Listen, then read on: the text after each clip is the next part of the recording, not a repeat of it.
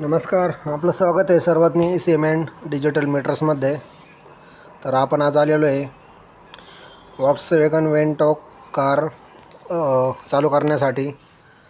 तर हे लोकेशन आहे वाडेगावान साई मोटर्स गॅरेजमध्ये.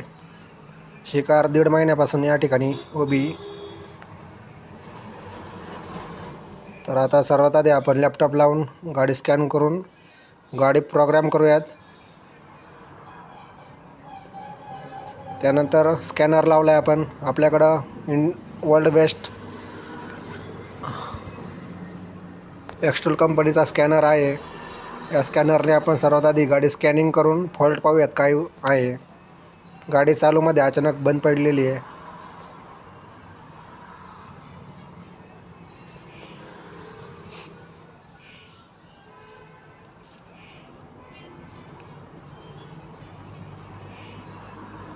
तर याच्यामध्ये फॉल्ट कोड असे आहेत की इंजेक्टर लाईनमध्ये फॉल्ट दाखवत आहे.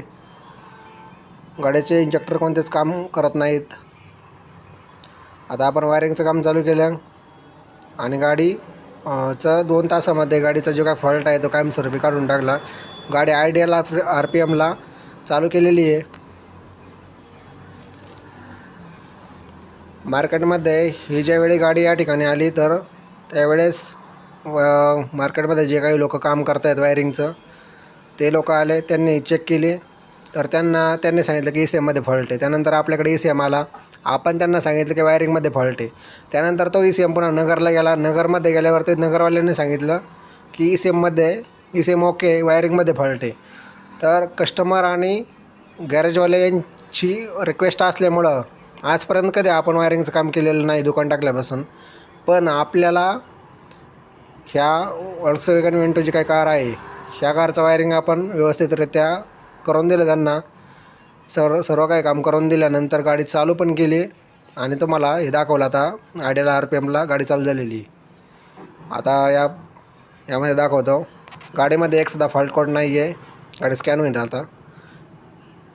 आत्तापर्यंत आपण गाडी रिपेअर केलेली किंवा नीट केलेली एकसुद्धा व्हिडिओ बनवली नव्हती. आपण जे काही ऑन टेबलला काम करायचं, शॉपमध्ये काम करायचं त्याच्या व्हिडिओ बनवल्या जायच्या. पण आता इथून पुढं सर्व कारच्या वायरिंगची कामं आपली तर होतील.